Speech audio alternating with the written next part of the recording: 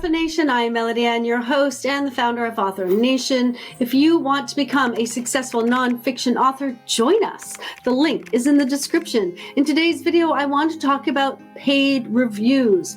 Are they worth it? You have heard that getting reviews will help you sell your book, but should you pay for reviews to help you sell your book? The truth is that if you have some good reviews, you will get book sales. And if you have no reviews, nobody knows whether it's worth buying. If you have bad reviews, people won't buy your book. I mean, that is the truth. The best reviews, of course, are from readers, people who actually read your book and then loved it so much they gushed about it online. That is obviously the best review you can get. So where do paid reviews fit in? Let's break this down.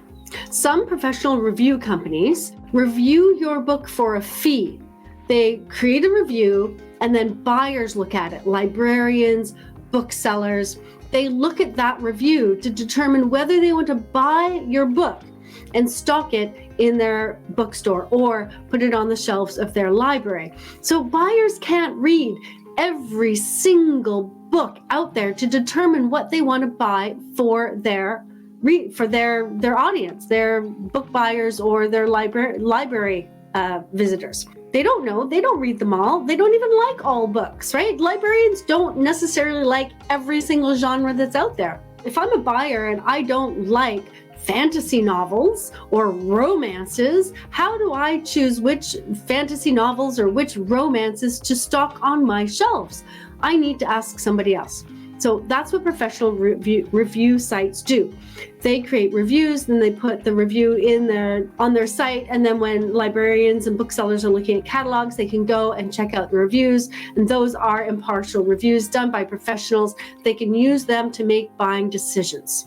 That is one type of professional review. Two competing review companies do these kinds of reviews. It's Kirkus Reviews and Forward Reviews. Both companies charge in the range of like $400 to $500. So you can expect to pay for these, but you can't expect a good review. If they don't like your book, you will get a bad review, and that will go on their site or in their catalog, and librarians and booksellers will see it. So if you're going to pay $400 to $500 for a professional review to get it in front of booksellers, make sure you've written a very good book. Then you have the other review companies. They offer reviews that you can put in the editorial book section of your sales page, or on the front cover or on the back cover of your book, or on a page in your front matter on the inside of your book. For example, Self-Publishing Reviews offers an editorial review for about $90, and they will give you 70 words.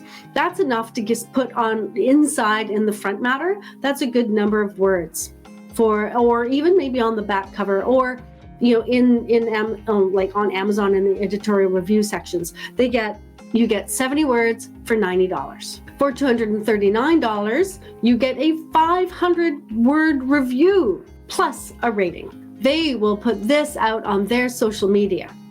So that's another, so it's like something you can get for $90, something you can get for, $300 or $250, but there are different reviews used in different places. So if you're going to get a professional review or a paid review, think about where you're going to use it, how many words you want it to be, how you're going to use it will dictate what you're going to pay for it and what you're going to expect to receive. Aside from professional review companies, you can find an abundance of people out there who will take your money for a review.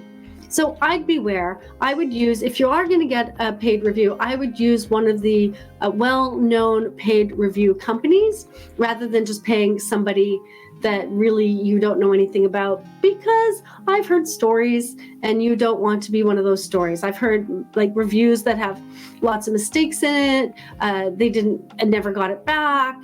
The person said they put it on social media, they didn't, or they did, but it was such a terrible review. And not like a bad review of the book, but just, obviously the person hadn't read the book and really didn't know what they were talking about. So watch out for that kind of stuff. So is it worth it?